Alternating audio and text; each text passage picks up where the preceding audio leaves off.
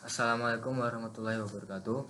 Perkenalkan, nama saya Nayatama Abid dengan NIM 1020240026 dari kelas MSDMA ingin menyampaikan materi bab negosiasi. Apa itu negosiasi? Negosiasi adalah proses tawar-menawar dengan jalan berunding untuk mencapai kesepakatan bersama antara satu pihak dan pihak yang lain yang memiliki kepentingan yang berbeda. Karakteristik negosiasi: dua pihak, yaitu individu, kelompok, dan organisasi yang menyelesaikan kepentingan yang bertentangan. Yang dua, terdapat konflik kebutuhan atau keinginan. Yang ketiga, bernegosiasi dengan pilihan. Selanjutnya, proses memberi dan menerima. Dan terakhir, faktor kasat mata dan tidak kasat mata. Negosiasi distributif dan integratif. Negosiasi integratif adalah strategi negosiasi di mana pihak-pihak yang terlibat bekerjasama untuk menemukan solusi yang memenuhi kebutuhan dan kekhawatiran masing-masing. Karakteristiknya terbagi menjadi tiga. Yang pertama, motivasi sama-sama menang. Kedua, kepentingan cocok dan serasi. Dan terakhir, fokus hubungan jangka panjang.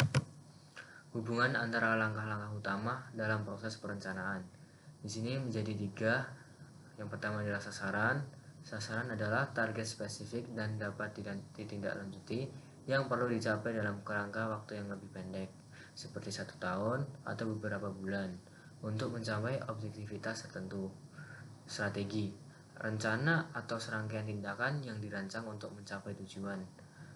Yang terakhir, perencanaan. Perencanaan adalah proses suatu untuk menentukan tujuan dan menyusun rencana skema untuk mencapai tujuan tersebut. Strategi versus taktik. Taktik adalah gerakan adaptif jangka pendek yang dirancang untuk memberlakukan atau mengejar strategi yang luas, yang pada gilirannya memberikan stabilitas, kontinuitas, dan arah untuk perilaku taktis. Strategi adalah gerakan yang terstruktur, diarahkan, dan didorong oleh pertimbangan strategis. Strategi awal negosiator dibagi menjadi tiga: strategi kompetitif, strategi akomodasi, strategi kolaborasi, dan penghindaran.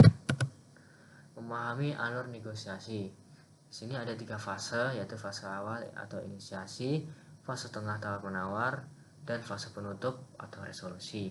Kategori taktik negosiasi yang kurang etis. Yang pertama, tawar-menawar distributif, salah menafsirkan jaringan pada pihak lawan. Ketiga, manipulasi emosi. Keempat, pengumpulan informasi yang tidak tepat. Terakhir, salah menafsirkan. Faktor-faktor negosiasi menggunakan taktik tidak etis. Di sini disebutkan ada 4. Yang pertama, jenis kelamin, usia dan pengalaman. Ketiga, kewarganegaraan dan budaya. Terakhir, orientasi profesional. Pengertian mengenai persepsi, kognisi, dan emosi. Persepsi adalah proses pembuatan makna. Orang menafsirkan lingkungan mereka sehingga mereka dapat merespon dengan tepat. Kognisi, proses mental yang terjadi mengenai sesuatu yang didapatkan dari kegiatan berpikir tentang seseorang atau sesuatu.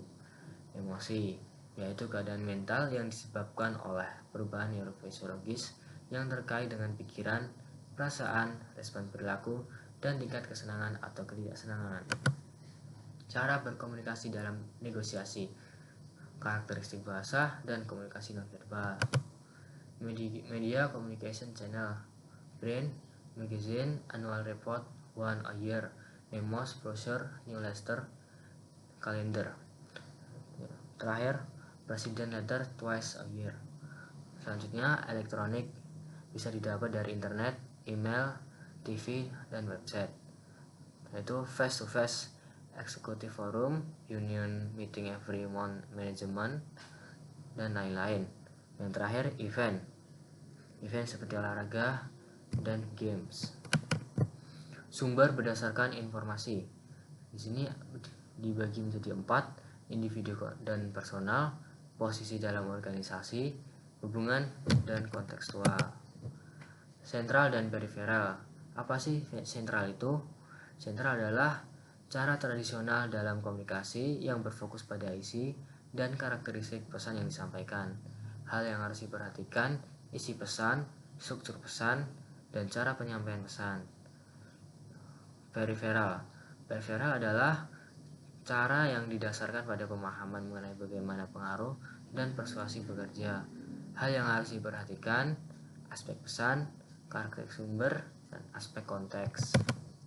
Sekian, terima kasih. Wassalamualaikum warahmatullahi wabarakatuh.